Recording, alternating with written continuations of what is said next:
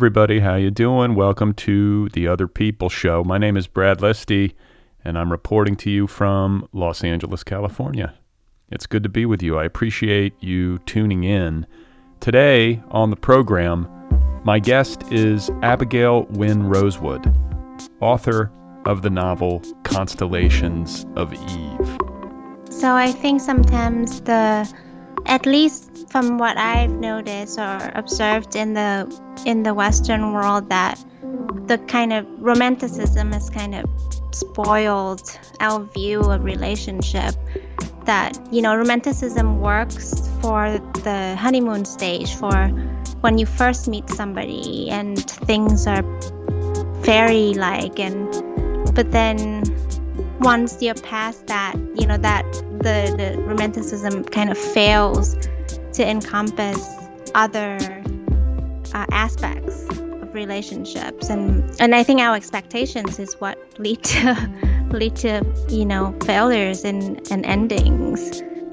Okay, that was Abbigail Nguyen Rosewood, whose new novel Constellations of Eve is available from Divan, the Diasporic Vietnamese Artists Network, which is a publishing imprint founded by Isabelle Thuy Pelot, a scholar of Asian American history and literature, and Pulitzer Prize winner Viet Thanh Nguyen, a past guest on this program. The purpose and the mission of Divan is to promote Vietnamese American literature. This is a publishing venture done in collaboration with Texas Tech University Press. Constellations of Eve is the official June pick of the Nervous Breakdown Book Club. TheNervousBreakdown.com is my online culture magazine and literary community founded back in 2006. It has its own monthly book club. The way it works is pretty straightforward. You sign up, you get a new book delivered to your door every 30 days, and I interview book club authors on this program. For more information and to sign up for the book club, please visit TheNervousBreakdown.com. Today's episode is made possible by IG, publisher of my new novel, Be Brief and Tell Them Everything, available now in trade paperback and ebook editions. There is also an audiobook edition available from Tantor Media and Highbridge Audio. It is narrated by yours truly. Be Brief and Tell Them Everything is a work of autofiction. It is, I hope, a darkly funny meditation on creativity, on the act of creation. It is about a writer struggling to write his next book while trying to come to grips with his son's disabilities, set against a backdrop of ecological catastrophe and escalating human insanity in contemporary Los Angeles. It's about a lot of things. Hopefully there are some laughs. Again, it is called Be Brief and Tell Them Everything, available right now from IG. So I want to give an update on an event of mine. It was supposed to happen on June 5th, but it got postponed due to COVID. So I was going to read on Sunday, June 5th at Stories Books in Echo Park here in Los Angeles, but that got postponed. It is now happening this Sunday, June 12th at 7 p.m. I will be reading as part of an autofiction series hosted by Caitlin Forst. Other readers include Cara Blue Adams, a recent guest on this show, and Alexandra Jade and Oliver Zarandi, and others. So if you're in Los Angeles and you want to come out and see me read from my book, please join us on June 12th at 7 p.m. at Stories. Otherwise, I'm doing all right. It's almost summertime officially. It feels like it's summer here, weather-wise, but my knee is improving. For those of you new to the show, I broke my kneecap earlier this spring. That was fun. I fell off a bike, and I got my brace off recently. I got the go-ahead to go hiking, which looks a little bit funny because I have to move more slowly than I usually do, and I have 2 hiking poles to sort of help me balance. I don't know how many people at this stage of things would be hiking, but my doctor said I could. I'm trying not to be, hard-headed about these things. I'm trying to just follow orders. But he looked at me and said, if you want to try it, go hiking. Use your poles. Keep yourself steady. That's what I've been doing. And, I think part of it is that I was sort of getting comfortable doing nothing. You get injured like this, you sort of have to surrender to it. And so I did. I was trying, like I said, to be well-behaved, not to be stubborn, not to exacerbate the injury by trying to do things too soon. But then as I got into it, I was like, wow, I kind of like this. Just lying here in bed, keeping my leg elevated. And it started to make me realize that I could just backslide into this mode of living permanently.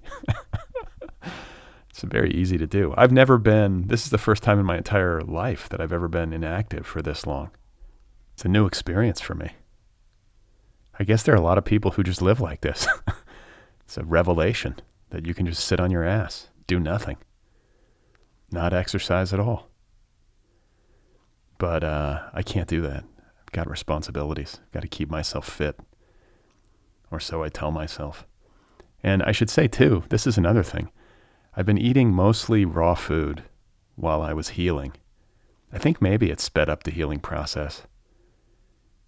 And I have not had anything to drink. I basically not drank any alcohol since I got injured, which I didn't plan on, but I just don't feel like it. I'm in bed, got a busted knee. I don't want a glass of wine or whatever I would normally have. And maybe this will be permanent. I used to have like one drink a day. That's where I was. And then now I don't have any. I just lie there and eat berries and try to get healthy. I don't know. Anyway, I'm feeling good. Oh, and I got my new Otherppl t-shirts in the mail. For those of you who are unaware, there's new merch. The Otherppl 2022 collection is now available. You can find the link at the show's website, otherppl.com. Some cool new t-shirts. And I bought a bunch of them because I wanted to see the different colors and styles. Just wanted to see the quality of the product with my own eyes. So I got some for me. I got some for my wife. The whole family got one. And they're very soft. I am pleased with their fit. And I have been wearing them this week. I think it's 3 out of 7 days this week. I wore some new Otherppl gear. So I've been walking the dog and so on, fully branded. Which, that's questionable behavior. But I like the t-shirts. They're comfortable. So if you want an Otherppl t-shirt, go to otherppl.com. Scroll down. You'll see it. They're good looking. And they are very soft. Last thing I want to remind you of is that I do have an email newsletter. I try to remember to tell you guys this. It's very simple. It goes out once a week. That's it. I'm not going to inundate you with emails, but it's an email newsletter. It goes out in the middle of the week. It will remind you of the latest episode, and then I share a small handful of things that I've read online that caught my attention, things that I found helpful. It's just like a list. That's it. So if you want to sign up for my email newsletter, you can do that at bradlisti.com or at otherppl.com. It's the same newsletter in both places. Just sign up. It's easy. It's free. If you want to hear from me once a week via email. So my guest today, again, is Abbigail Nguyen Rosewood. Her new novel, Constellations of Eve, is available from Divan in collaboration with Texas Tech University Press. It is the official June pick of the Nervous Breakdown Book Club. Abbigail Nguyen Rosewood is a Vietnamese and American author. Her debut novel, If I Had Two Lives, is out there from Europa Editions. Abigail's writing has been published in a wide variety of places, including Time Magazine, Harper's Bazaar, Cosmopolitan, LitHub, Bomb, and elsewhere. She is also the founder of Neon Door, an immersive art exhibit. Constellations of Eve is Abigail's second novel. It is a philosophical fable of art and fate, and it explores the tiny, even imperceptible moments that shape who we love, whom we obsess about, and how we decide what to live for. It's a fascinating and immersive novel about the ways in which our lives unfold and all the mysteries related to that. Why do we turn out the way we do? Why do we relate to people the way that we do? Why do we end up with certain people in our lives while others, either don't show up or go away or whatever it is? So it's a great book about relationships, a great meditation on relationships and fate. And I very much enjoyed it. And I loved meeting Abbigail Nguyen Rosewood. What a delightful human, and what a great conversation we had. I'm very happy to share that with you right now. Here she is, ladies and gentlemen. This is Abbigail Nguyen Rosewood. And her new novel, one more time, is called Constellations of Eve. I am in Shandaken, New York. It's about 3 hours from the city. I'm living in a cabin, kind of very, very remote and kind of surrounded by trees. So in the summer, I can't really see neighbors, even though there are neighbors nearby, but I can't quite see them. Inside the cabin, it's mostly plywood. It's not very well insulated. So I can hear squirrels like running back and forth on the ceiling, flying squirrels. Well, this reminds me kind of the house in the woods in your novel. Is this kind of the basis for that, or am I misreading? So this actually, we moved up here after I've already written the novel and everything. So it's kind of like life follows art instead of art follows life. Okay, yeah. No, maybe you were there. It was predictive. You were manifesting this with your book, and now there you are up in the woods. And I had read that you were in a reverse immigration situation where you had moved back to Ho Chi Minh City in Vietnam, which is the country of your birth. So now you seem to have come back to the States? So I'm actually only here for about 3 weeks to kind of, put everything in order, and then I officially leave on June 15th. I was just in Vietnam for a month to kind of figure out where I'm going to stay and live and stuff like that. But now I'm back to kind of finalize all the documents so that I could move for good. To Vietnam? Yes. Okay. And we're going to get to that because I think that's interesting, like this kind of full circle situation that you seem to be in with respect to immigration and like nationhood status. Is that a way of putting it? But sounds good to me. I want to start by talking about your book, which is, as I was saying before we started, really inventive. And I always try to go in blind when I'm reading books in general. And I think in particular for this show, I don't like to know too much about it so that it can be, immersive, and I don't get too loaded up with expectations or something. And so this book, it kind of teaches you how to read it. It took me a second to figure out what was going on. I didn't know that there were like 3 different versions of a love story, which I think is maybe a way to put it, until I was a ways into it. You know what I'm saying? It's a book that you have to sort of figure out. And I'm curious to know how you figured it out creatively. How did you get to the point where you knew you were going to do this kind of book, which is kind of a triptych in its structure? Yeah, that's a good question. So I think originally when I started out, I was just writing something like a what if scenario. And it was inspired by, my own struggle in my relationship with my husband. And so I was just writing, be starting with one scenario and then adding another, like how our life could turn out differently.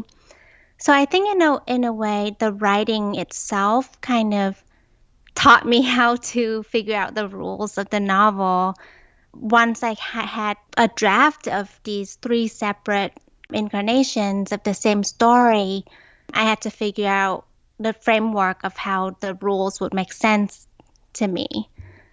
Well, it's funny because I think this book speaks to an experience that we all have at one time or another, where you wonder about the decisions that you've made in your life and the directions that you've taken, and how these seemingly inconsequential moments, conversations you might have, little tiny micro choices you might make, can end up having this enormous impact on your fate.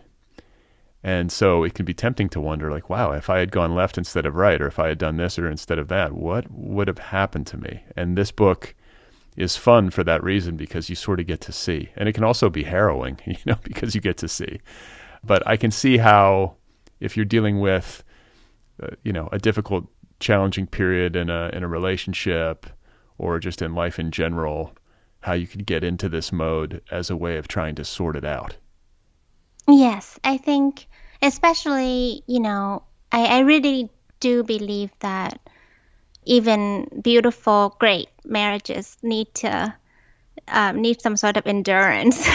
And so I think that was my own way of trying to figure it out and working it out. And like you said, it is tempting to kind of ask yourself, what would these decisions lead me to? And sometimes the mundane choices lead to, the change in mundane choices can lead to really grave consequences. But then other times I feel like, huge impactful event actually won't change the outcome much at all. So it's a balance, I think. Yeah, but I like to play with that. I find it sort of haunting that you can do absolutely nothing and everything can change. Like, that too can be consequential, So yeah, I've always one time I went to I believe a talk on language anthropology, and I was very haunted by what the anthropologist said about, if you locked everybody in a cave, for 50 years, and when they came in, they share language, and then 50 years later, even if they don't interact with anyone, when they leave that cave 50 years later, when they come out, the language will have changed and morphed on its own without any sort of external influences. And I found that really fascinating. Yeah, well, things are fluid, and things, I guess in your, like, from your perspective of life and death, which I think is lensed through Buddhism, as I've read about you, there's the impermanence of all phenomena, and then there's also the concept of reincarnation, and the way that things are not finite and repeat or work in a cyclical fashion. I'd like to hear you talk about how you conceived of Constellations of Eve through a Buddhist lens, and in particular through the lens of reincarnation. Sure. So I think because I grew up going to the temple in Vietnam to visit my father, who passed away before I was born. I think I always have a really strong spiritual connection with the idea of reincarnation. Maybe from a childhood standpoint, it was almost a comforting thing to believe that I could find my father anywhere I look, and I tend to find him sort of manifested in nature, or I feel like I see signs in things, especially when I need them. And so I do believe in reincarnation, and I do believe that things are cyclical.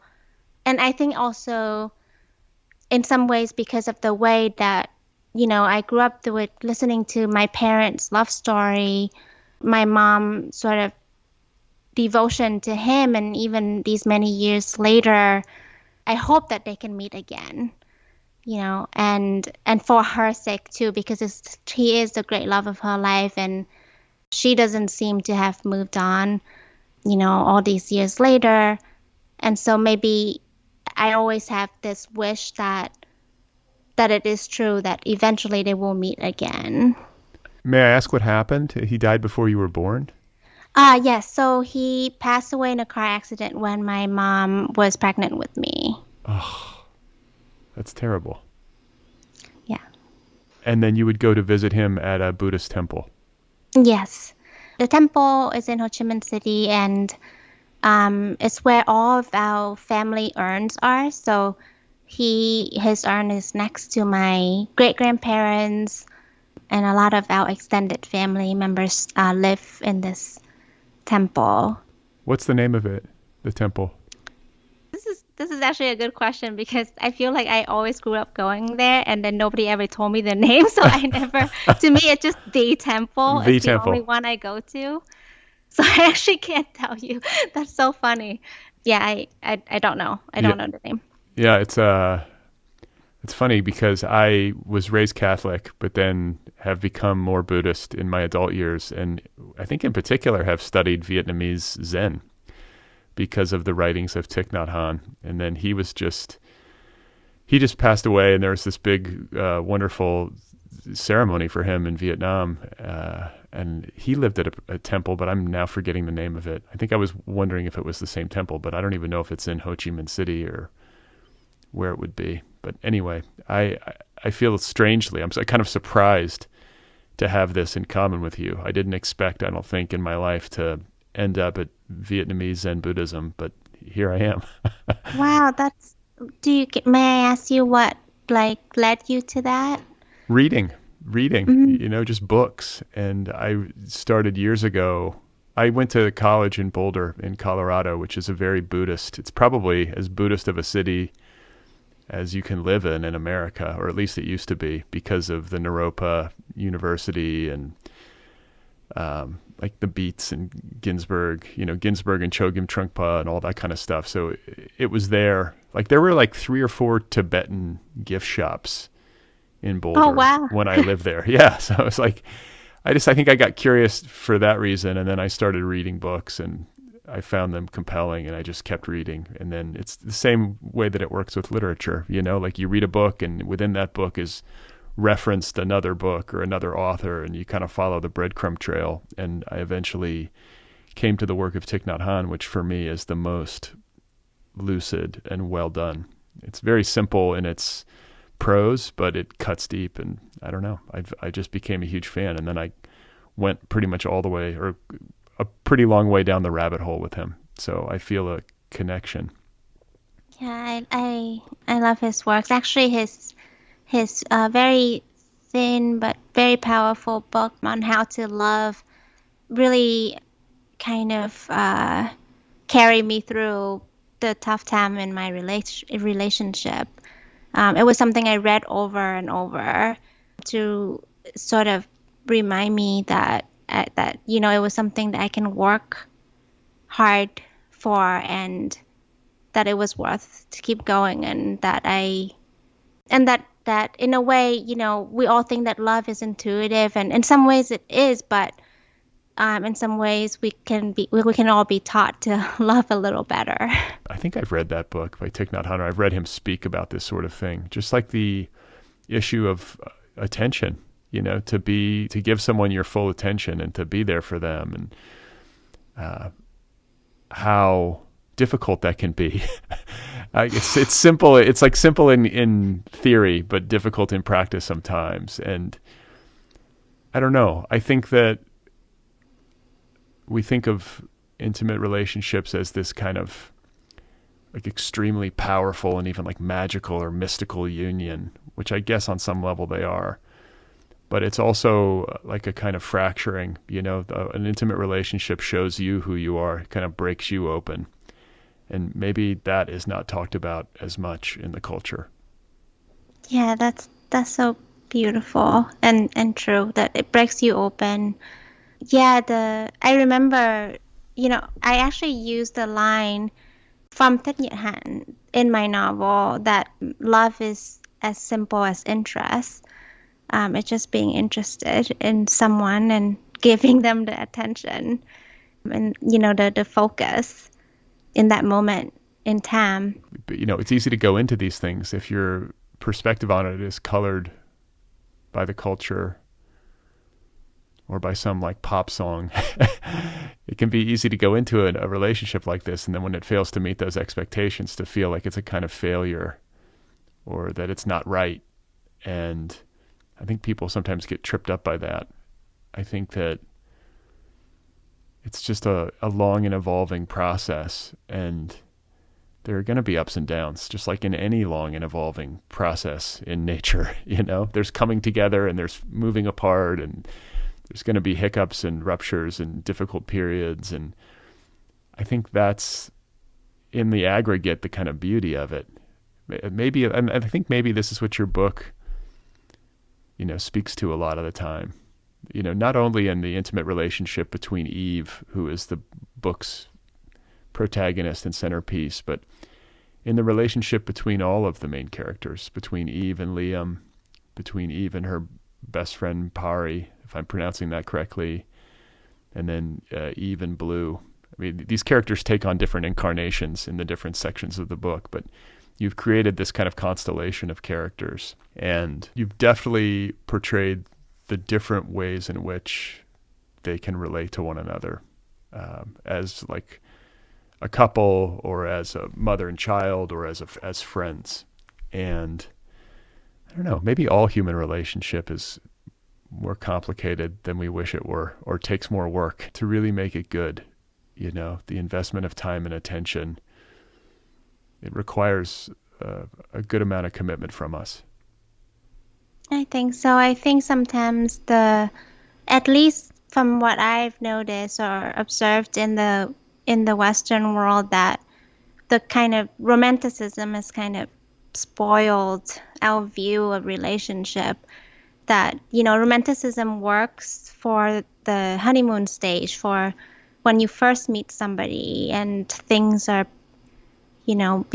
just fairy-like, but then once you're past that, that the romanticism kind of fails to encompass other aspects of relationships. And I think our expectations is what lead to failures and endings. Yeah, and I with all those characters, I feel like even though they miss each other a lot of times, they miscommunicate, I do feel like there's a bond that kind of keep them returning, and even through that failure, they continue to pursue the connection. And I don't actually know if that's like anti-romanticism or not, but it is my way of trying to explore the idea of, maybe just persistence. I mean, that there's something to be said for persistence in a long relationship of any kind. You're going to have to persist. Like, even if it's just with friends, you have down times with friends too, or a friend will disappoint you, or you'll get into some sort of fight, or you'll just lose touch for a while, but then you'll come back together and you just sort of move through things.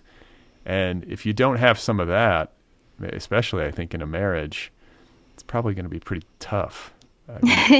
Endurance is a part of it, right? Yeah, endurance sport. Yeah, I think with friendship, it's interesting. Like, I'm in my early 30s, and with like a lot of life changes, like we're expecting our first kid. Congratulations. Yeah, thank you. So I'm going through that, those changes about friendship and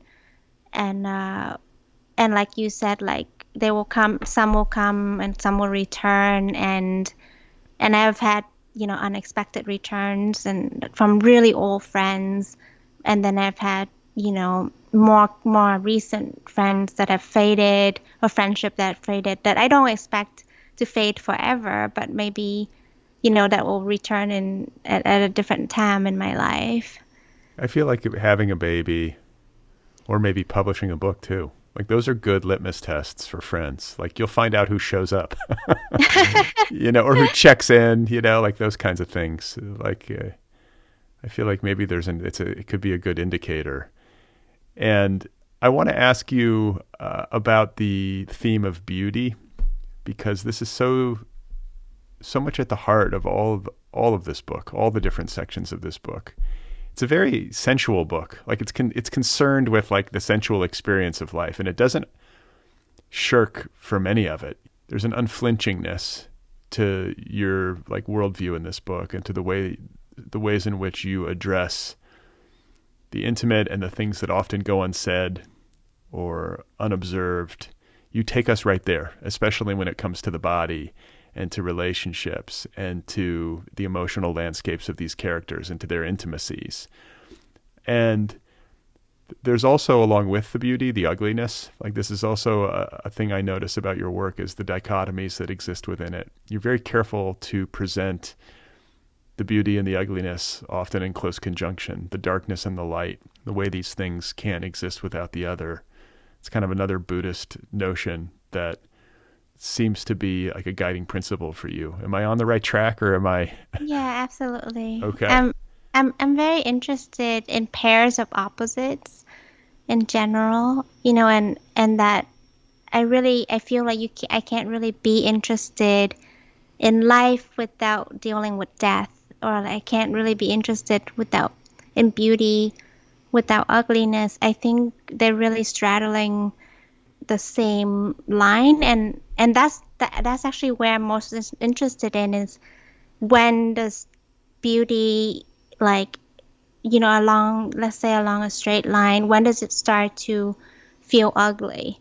So in the book, Eve has a very kind of torturous relationship with her friend Perry, and I was actually thinking that other than, her own character, to me, Perry is kind of this personification of what it means for an artist to be obsessed with a subject, and why we keep returning and returning to the same topic, and why painters, keep like Van Gogh, why did he use the color blue all the time, or the color yellow all the time?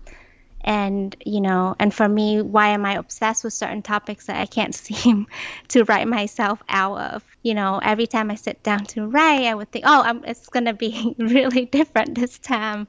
And then I keep going back as though there's a kind of like literary destiny that is outlined for me without my control. I think that when it comes to beauty, this question of beauty and where it starts to turn to ugliness, and just this relationship between beauty and ugliness, is very fascinating. And I've thought in the past, I might have even talked about it on this show once or twice, about like, when does a person reach peak beauty? Like if a person is on some sort of like you're on some sort of timeline in your existence or in this incarnation. I know it's all in the eye of the beholder, but is there a point, like a specific point at which that you like peak and then start to tip down into like, the slow disintegration? There has to be, right? You would think, but it's like maximum ripeness or something, like a piece of fruit.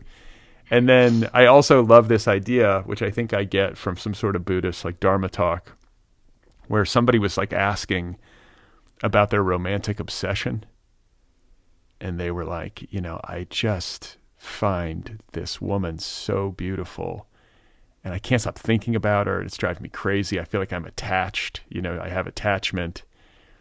And the teacher was like, what you should do is you should imagine her like going to the bathroom or dying and like disintegrating. It was like this it was kind of strong medicine, but I was like, that might not be the worst advice in the world. Like if you just are so fixated on somebody and kind of intimidated by their beauty, and you know how this is with romantic obsession, like maybe it's time to imagine them decaying and doing all the things that bodies do, and maybe like take them down a notch in that way. So I don't know. I guess your book in some kind of like oblique way reminds me of this stuff, because Pari in particular is so much the embodiment of this like incredibly powerful beauty, like it seems to overwhelm everyone she comes into contact with. And that's a fascinating person to be. I can't, imagine being like that, like just one of these people who like they walk into a room and everything just like goes in their direction, uh, Yes. because eventually that is going to go away. Yes. And that's got to be hard for them, right? Yes. I think that's very tragic to begin with so much power, and because especially if you're born with it, it's even more tragic because you haven't learned how to master it.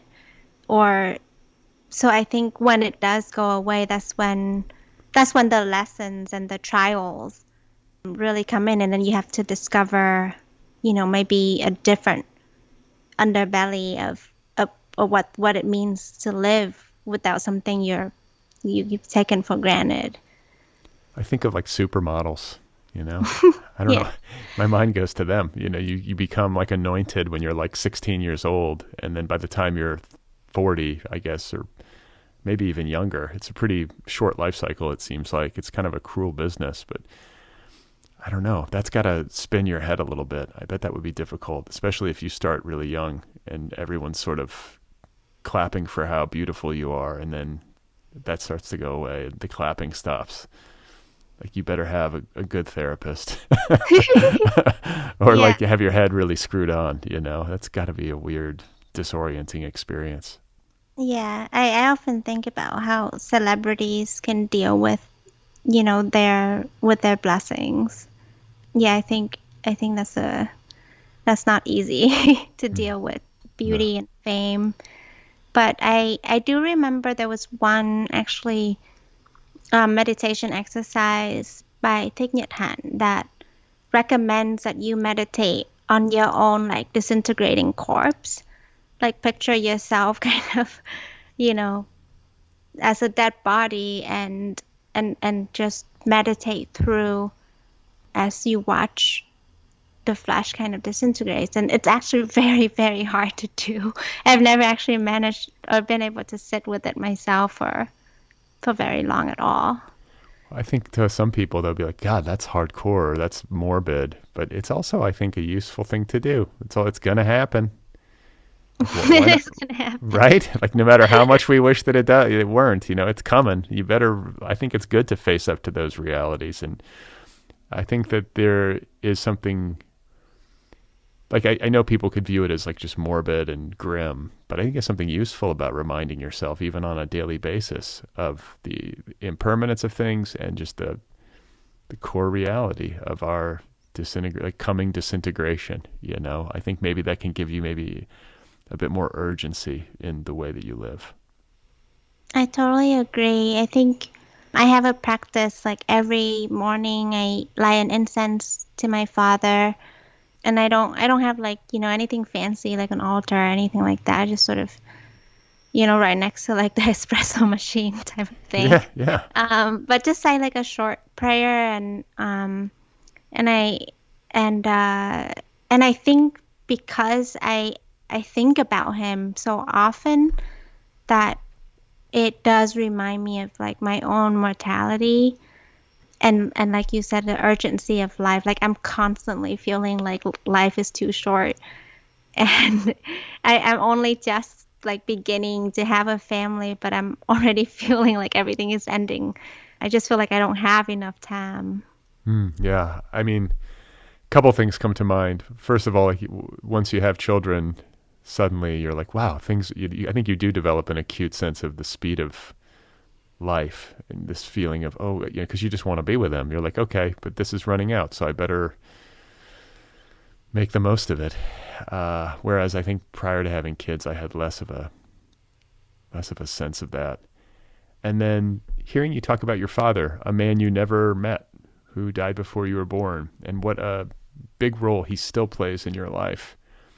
And this may be a mischaracterization of it, so please correct me if you have a different take, but it seems to me that if you have like a figure, especially a parent in your life whom you never met, that this person lives for you as a kind of narrative. Like all your life you were just told stories of this person, and that's what you carry, and that's how you kind of construct your idea of them and maybe even your relationship to them.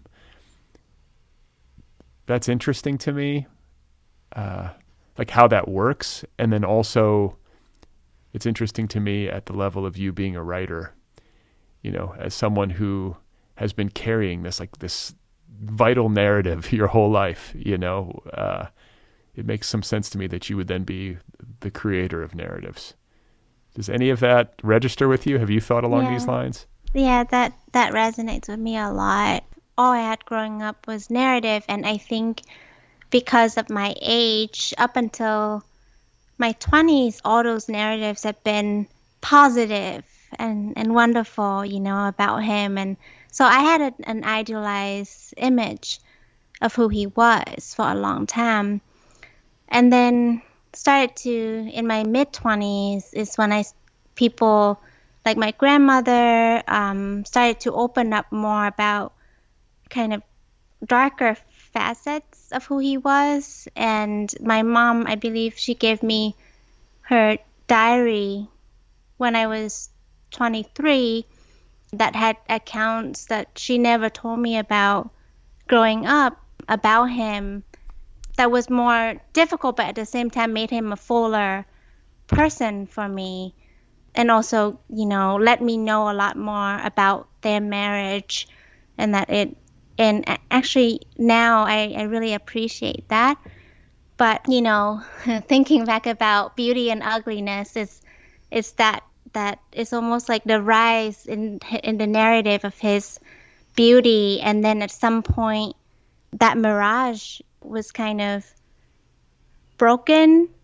But then that's when the writer, and I think like the artist, comes in, and that's when I think our roles as writer and artist is to see or to use or see those materials from both sides as beautiful and make them beautiful, and not necessarily only work with the ideals, but also, the hard truth.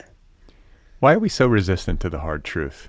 I feel like people are so shamed and so protective. Even not outside. I'm talking about outside the realm of literature, outside the realm of cinema or television, or the ways that we depict relationships.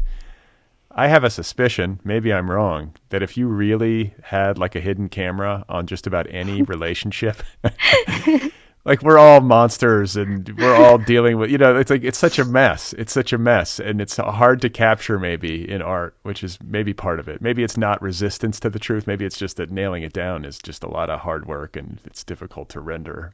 But do you have a similar hunch? Like, don't you think that's probably true? That if you really had a look at even the people who seem the happiest, and you're like, wow, they must have the best thing going ever. If you really looked behind the curtain and had like 365 days of footage to go through.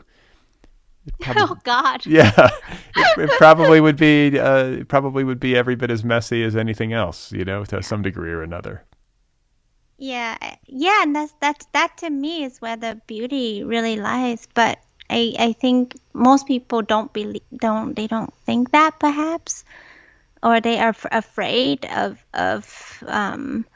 being witness of their not their best self being represented. I remember having this conversation with a friend who always sort of had this image of my relationship with my husband, and she sort of idealized my relationship, and so when I was sharing some stories with her that wasn't matching that, she actually sort of like swatted me away and was like, just let people have their fantasy. And I was like, okay.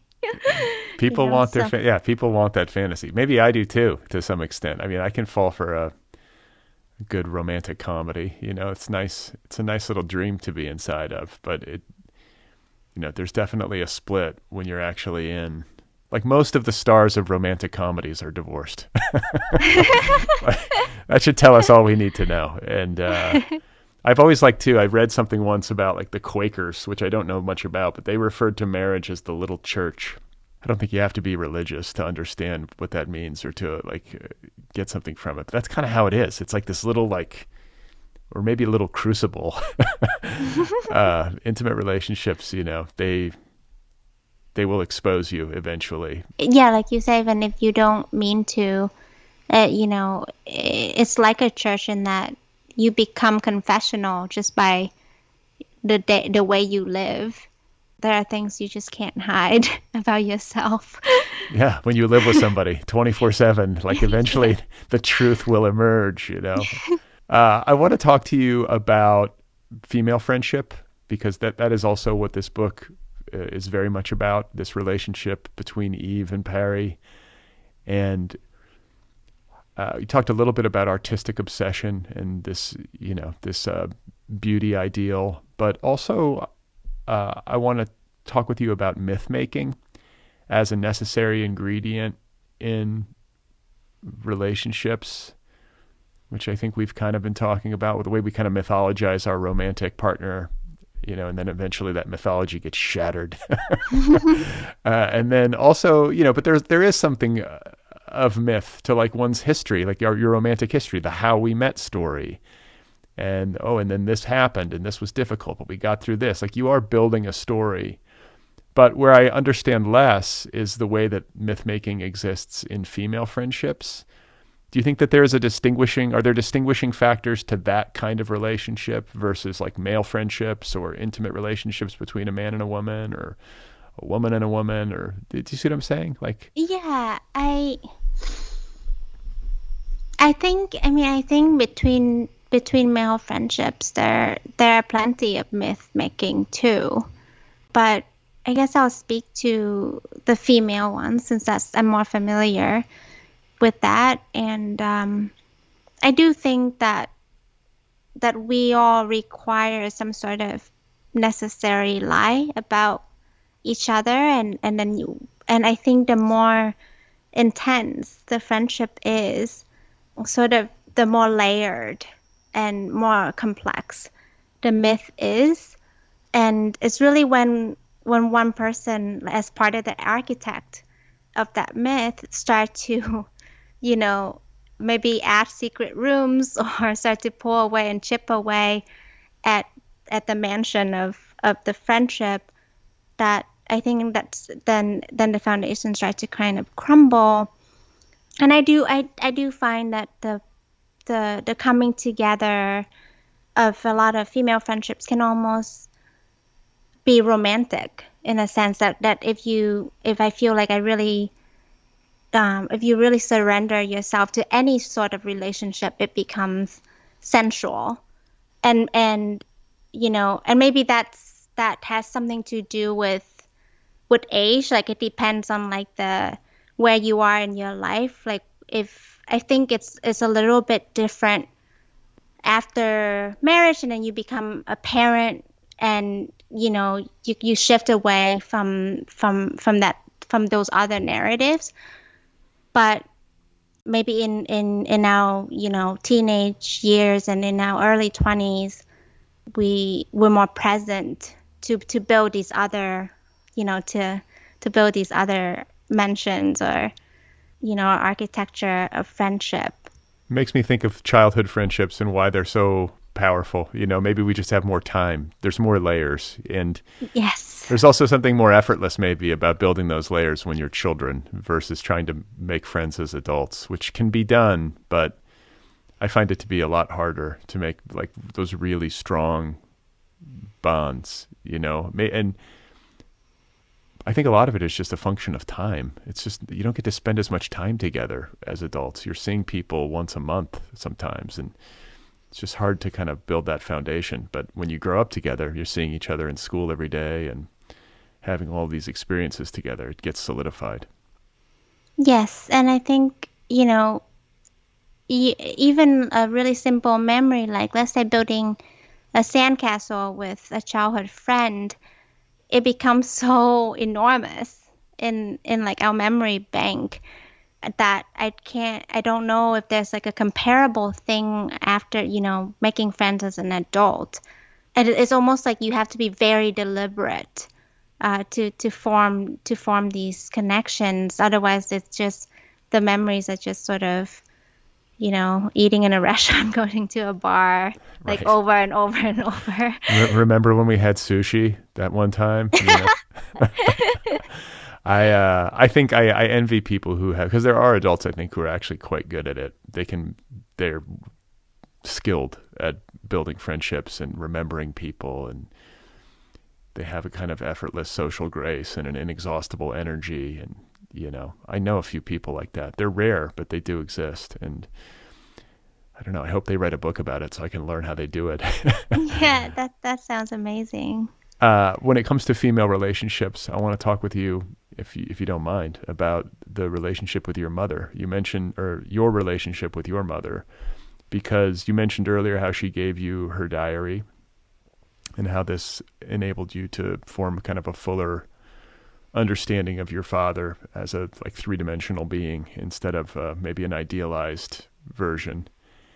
But you have said in the past that as complicated as she is, she remains one of the biggest driving forces behind all that I write. What do you mean by that? She's part of that subject that straddles beauty and ugliness so effortlessly that I keep returning to. And I think I think she's the most interesting person in the world that I will ever meet or will ever have ever met and will ever meet, because she's so full of contradictions. And I think James Hillman, he's a philosopher, psychologist. He has said people who are very well adjusted, are that you can just figure it out, but for people with a lot of psychosis, I would think, like my mom, I can't ever quite pin her down. I can't figure her out, and I think it's my life's task to do so. But yes, she's a big driving force behind all my art, I would say. Is she an artist herself? Do you have family lineage of people who are creatives? No, she's a businesswoman. Oh, Yeah, complicated. very complicated. And I think, with even in her diary, when she writes about my father, there is that romantic idealization, but it's because I'm matching up those facts with what my grandmother says and the events. So, for example, she would talk about certain times when my father worked on a boat and kind of gloss over a time that he was briefly arrested and what their relationship was going through. And then I had to kind of then, so that in the diary, that was it. Like this, it's the first time I've heard of it. But then when I follow up with my other extended family members, my grandmother kind of chuckle. She's like, kind of, oh, where did you hear this? And You're like, I have it in writing right here. like it's just been, it's been, I think, just not ever spoken about for so long. So when I hearing it from my grandmother's perspective, I realized like how much my mother endured as well, and but she won't ever admit that my father has done caused her any pain ever. Like he, to her, to this day remains perfect. That's But not fascinating. right. I've seen people in my lifetime. I've seen people lose spouses. Go through tragic loss, like untimely death, and I've seen the surviving spouse go on to find a new relationship and remarry and kind of move forward in that way. I've also seen surviving spouses not, and kind of remain devoted to the lost spouse, like for a lifetime. And I guess it's to each their own. I can't bring myself to sit in judgment. I think maybe from like a pop psychology standpoint, it's like you should probably move on, right? Like give it some time. I remember George Carlin doing an interview, the late comedian, and he was talking about losing his wife and how he gave himself a year. He's like, I'm going to mourn for a year. Like he gave himself a fixed time, and then he's like, and then and then I got to get on with it kind of thing, if I'm remembering. Wow. Yeah, and then he did. He ended up meeting somebody else and falling in love and having like a great kind of second act. But I don't know. Do you have feelings about this? Do you think there's a way that it should be done, or is it kind of to each person to decide? Oh, I don't. It's hard because I don't think that life should just stop. Like, I don't think that anybody should, you know, deliberately, in a way, stop evolving emotionally and get stuck in a time capsule. I think life is there to be lived. So yeah, I do. I don't know if I advocate like moving on. That's such a hard concept, but I'm really intrigued by setting a timeline. Like, I've heard about relationship experts suggesting that, maybe at the beginning of a relationship, you should decide when it's going to end, or like, decide sort of a deadline and then check in with each other in sort of 3 years and discuss like, do we still want to be together, instead of having this expectation that it would just go on and on and on, to have a time work around your relationship, and and like anything else, there's a deadline, and if somebody wants it to end when the 3 year comes, there should be no hard feelings, because that is when it's supposed to expire. Yeah, check back with me in 3 years. Let me know how that goes. I'm sure it'll be just a clean break, totally uncomplicated. But I don't know. Yeah, I'm kind of on board with you. I think life is to be lived. And you should know, you can't really stop evolving. Even if you want to fix yourself in time, it's a fallacy. You're not. You're evolving whether you like it or not, but you might be attached and clinging, to some romanticized, idealized version of the past that could be blocking growth in the present, right? Or could be preventing you from fully enjoying life or something. But it's easier said than done. It's easy, I think, to sit on the outside and say that, and then it's another thing to be grieving the loss of somebody who was like really a powerful relationship for you. Like, that's got to be super difficult. Yeah, I think so. I mean, I have witnessed that, but I mean, I have had thoughts, that I'm not sure if I could move on if something were to happen to my husband, like like death or something like that. That's on my mind a lot. I guess because of the random way in which that happened to my father. So maybe because of the example that my mom has set, I tend to think like, oh, I'm not going to be able to move on, that I'm not gonna, that I won't have anything like this ever again. But you never know. Yeah, you really don't know. I want to talk to you about writing, the writing of this book, and in particular in which the way the writing of this book relates or compares to the writing of your first book. You have said that the second book was harder because it needed to be more intentional. Can you just talk about the different experiences between first novel and second book? Sure. I think with my first novel, there's a kind of innocence in the way I was approaching it. So I think in, of course I was in my 20s when I began it, but I was almost writing like the way a child was. It's like totally raw, and because it's been culminating for a really long time. Whereas with my second book, I felt like a lot of that, I always approach my work in that kind of like with a seed of feeling, but I think with the second one,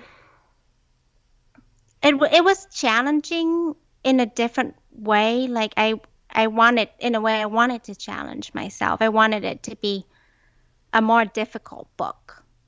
And I wanted to, play with it more structurally and be more deliberate in like the art making process. I don't know. I don't know if that makes sense. Sure, sure. I get the idea of wanting to give yourself a bigger creative challenge. But there's also the issue of precedent and expectation and maybe self-consciousness that can then seep into the creation process, where it sounds like with the first book, you said you were kind of childlike in your approach, which is like a lack of, which implies to me like a total lack of self-consciousness. Like, did you feel like the weight of expectation? Were you putting pressure on yourself? I think I felt more confident as like a writer. And yes, I think that comes with pressure. That I wanted to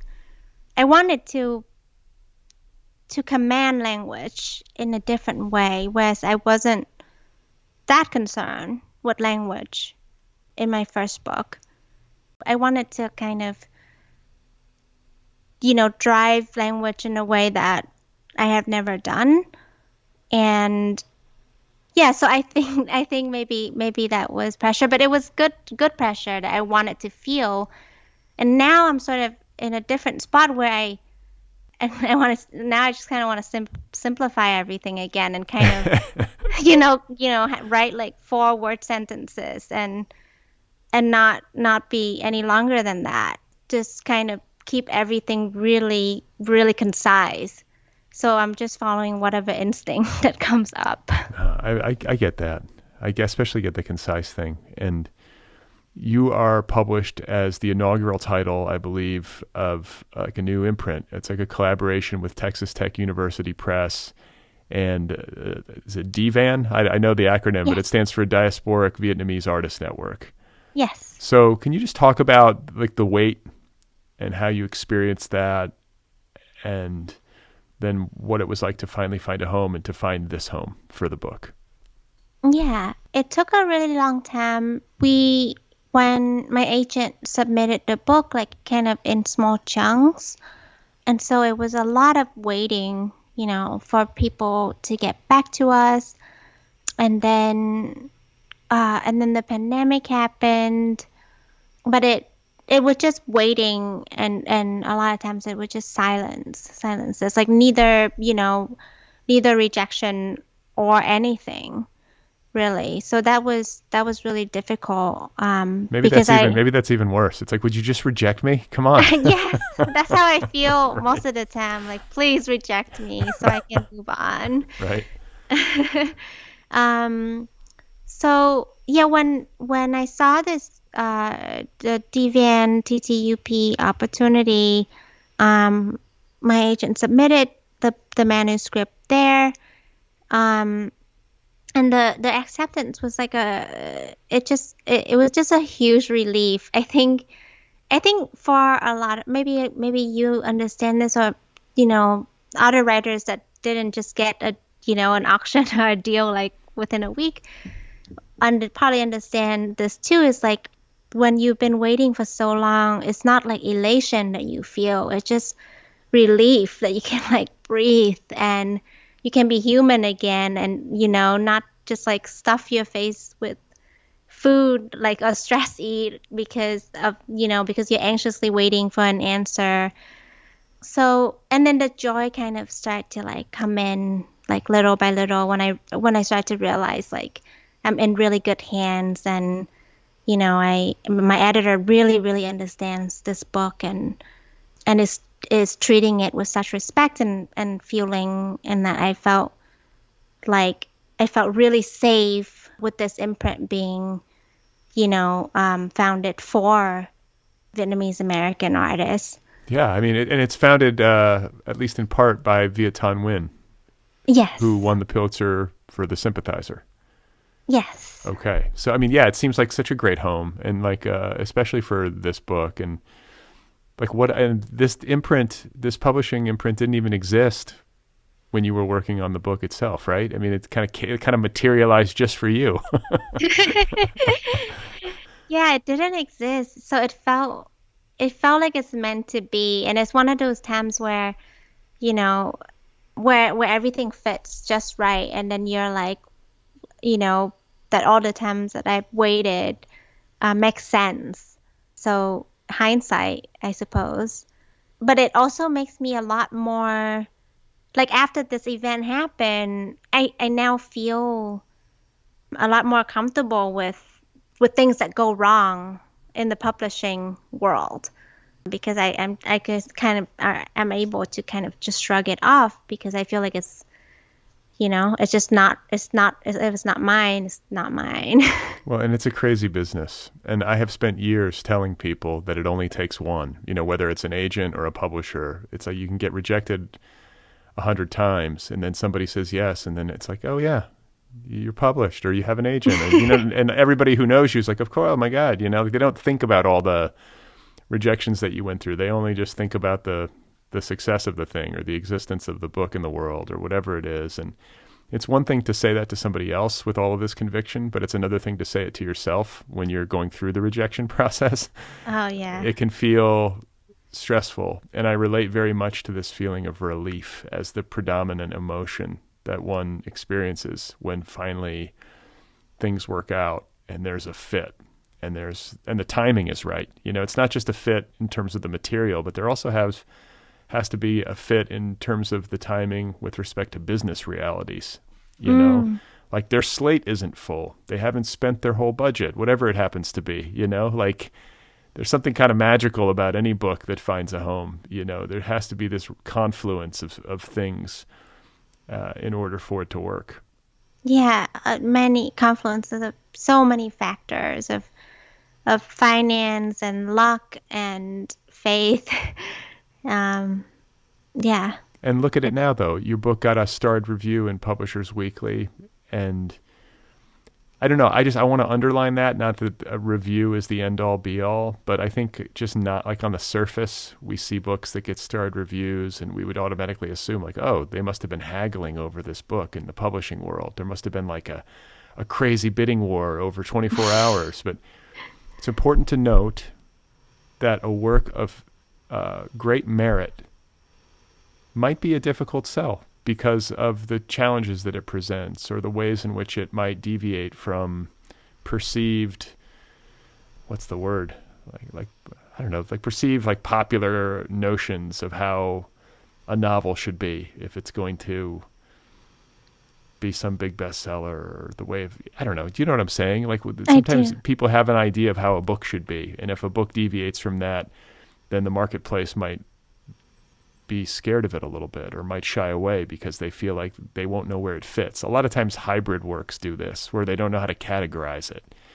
It's like, is it a memoir or is it a novel? Is it genre? All this kind of stuff. And, you go a year and a half and then it finds a home and it's a wonderful novel that just needed some true believers and the right fit and the right confluence. And I just want listeners who might be out there struggling or dealing with rejection to understand that because it can be easy to miss.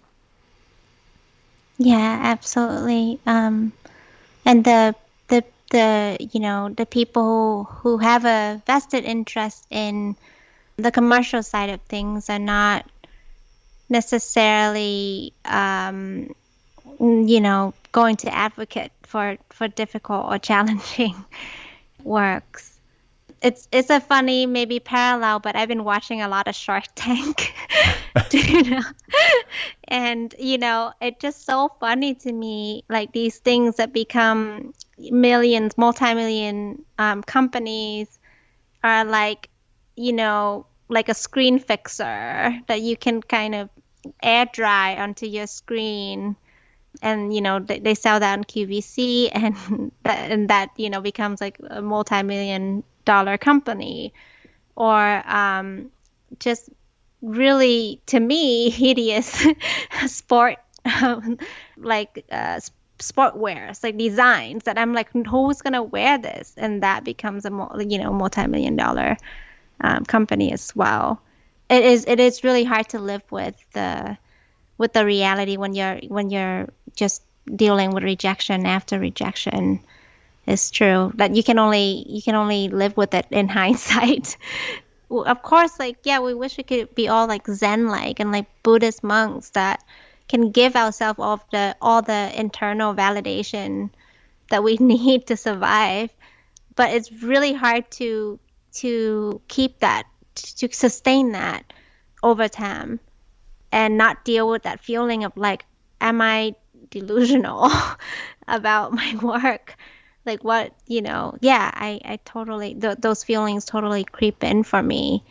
And it's not good. Yeah, it's not good because it prevents you from doing other work.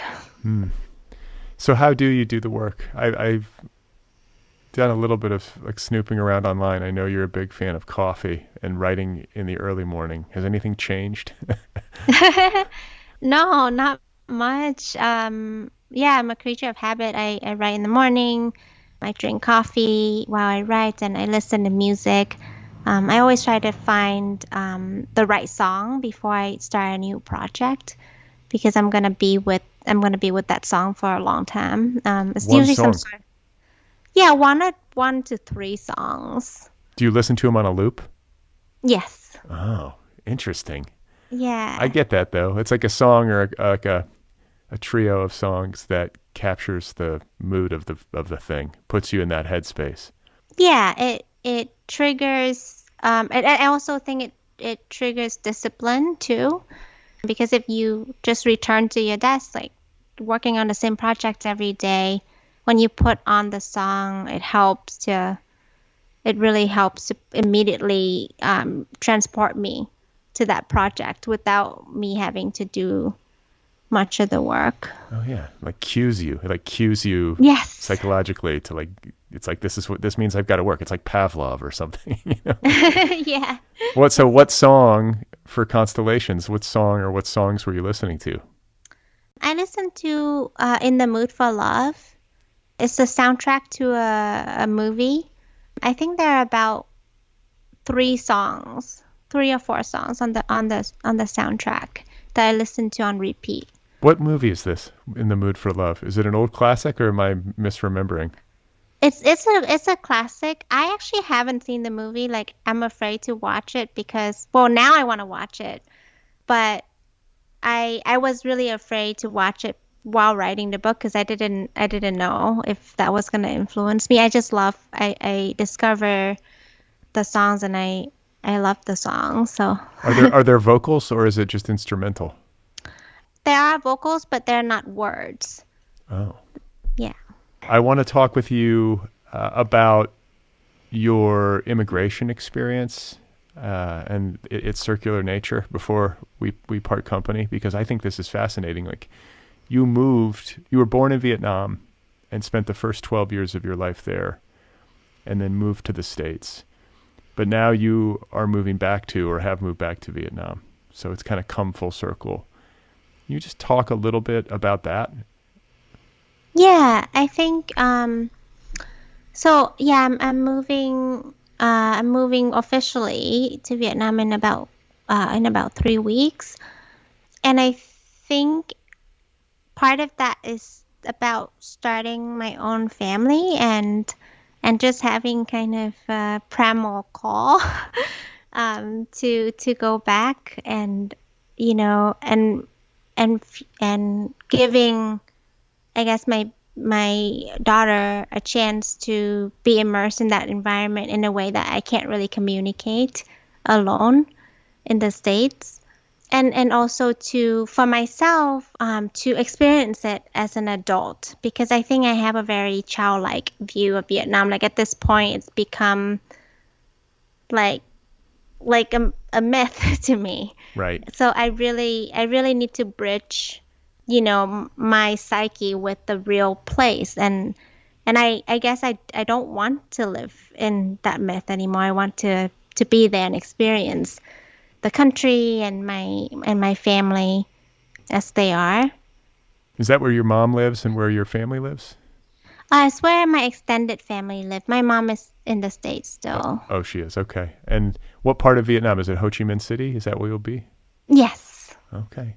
That sounds great. I'm like one of these people who's constantly like I love travel related content, and I'm always like looking online at these lists of like best places in the world to live and best cost of living and everything, and Vietnam is often up there. I think it's an easy place to be happy in.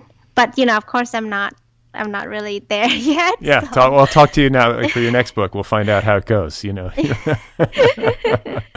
So speaking of this next book, I know that I don't know, you said I read that you're working on a third novel and it looks to be about punishment. True or false? Has anything changed?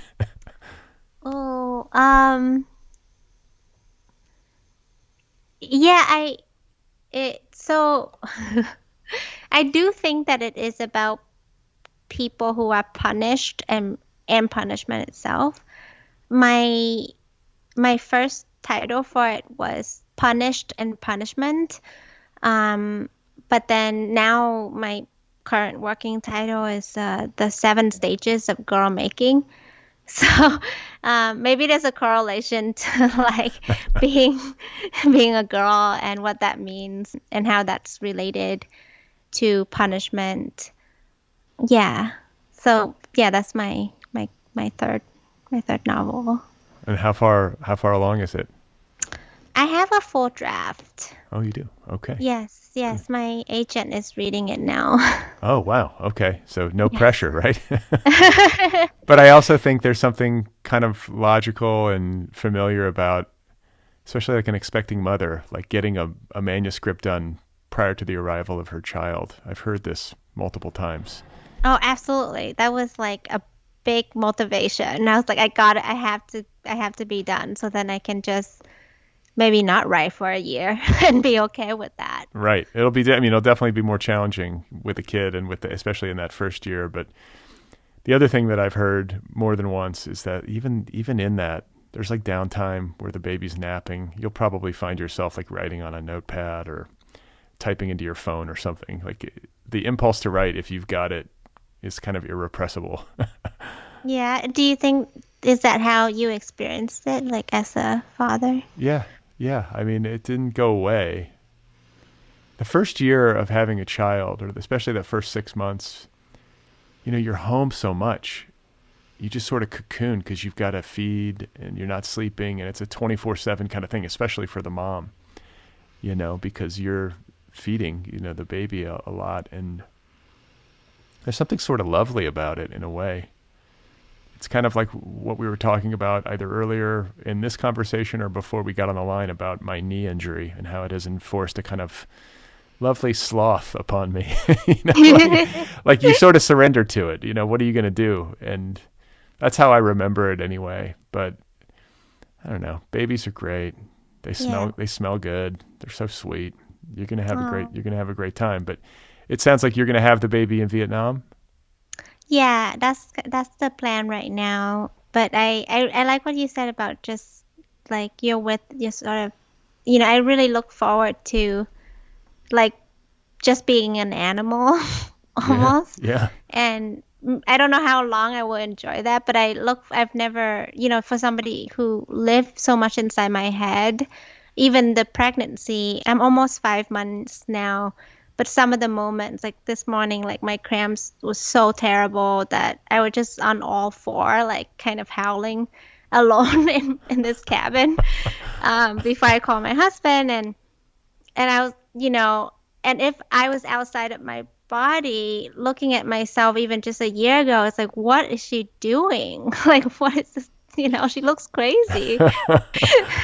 And, I'm not even, the baby isn't even here yet. And so that's those kind of thing that drives you back inside your own body and like reminds you of your mortality is really, I look forward to all those new experiences. They're coming. Get ready. I'm happy for you. It's wonderful. I mean, it's wonderful to be celebrating the publication of a book and to be expecting a baby and then just finished a third novel, for at least finished a significant manuscript. So kudos to you for all that you have going on. I wish you all the best with it. And I thank you for taking the time out of your day to talk with me. I'm glad that at no point during this interview did you drop down to all fours and start howling. I don't know what I would have done. You would have been breaking new ground on the Otherppl podcast. So far that hasn't happened, but maybe one day. I was slightly worried about it, but I'm glad it didn't happen. Well, and you didn't go into like labor or anything either. That hasn't happened either. We have not had a live childbirth on the podcast yet, but we'll see what happens. But thank you so much. It's great to meet you, and congratulations once again. Thank you so much, Brad. It's been really, really fun to talk to you. All right, everybody, there we have it. That is Abbigail Nguyen Rosewood, and her new novel, Constellations of Eve, is available now from DVAN and Texas Tech University Press. You can find Abbigail on the internet at abbigailrosewood.com. That is her official website. One more time, the novel is called Constellations of Eve. It is the official June pick of the Nervous Breakdown Book Club. Go get your copy immediately. Go sign up for the Nervous Breakdown Book Club over at thenervousbreakdown.com. This episode is brought to you by IG, publisher of Be Brief and Tell Them Everything. Go get your copy of my new novel wherever books are sold. Get it in trade paperback, get an ebook, the audiobook, read by me, whatever you choose, whatever you prefer.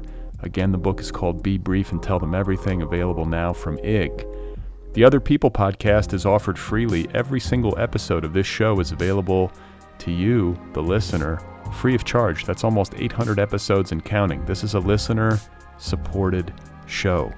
The continuation of this podcast, its continued survival, depends on your kind support. So if you like this program, if you get something from it, please know that you can support it for as little as $1 per month over at patreon.com/otherpplpod. That's Patreon, patreon.com/otherpplpod. There are different tiers, different levels of support. Again, you can support the show for as little as $1 a month. $1 in the hat every month. It's that easy. Or if you are a person of greater means and you would like to support the show at a higher level, you're welcome to do that too. As you move up the scale, you can get stuff: a t-shirt, a tote bag, a coffee mug, a sticker, a book club subscription. I will wish you a happy birthday.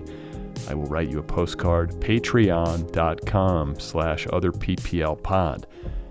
Don't forget to rate and review this podcast wherever you listen. So if you listen on Apple Podcasts, for example, you can rate it and review it, and that helps the show find new listeners. Don't forget to subscribe to the podcast wherever you listen if you haven't done that already. Also, don't forget that the Otherppl podcast has its own app. Are you aware of this? The Otherppl with Brad Listi app is free, and it is available wherever apps are available. You can also listen to this show on YouTube. So if you're a YouTube person, please know that the Otherppl podcast has its own YouTube channel, and the entire archive is available right there on YouTube. So search for it by name, Otherppl with Brad Listi, and then subscribe to the channel. It's free. Just press the subscribe button. It helps the show find new listeners when you do that. It's algorithmic. That's what happens. Something happens.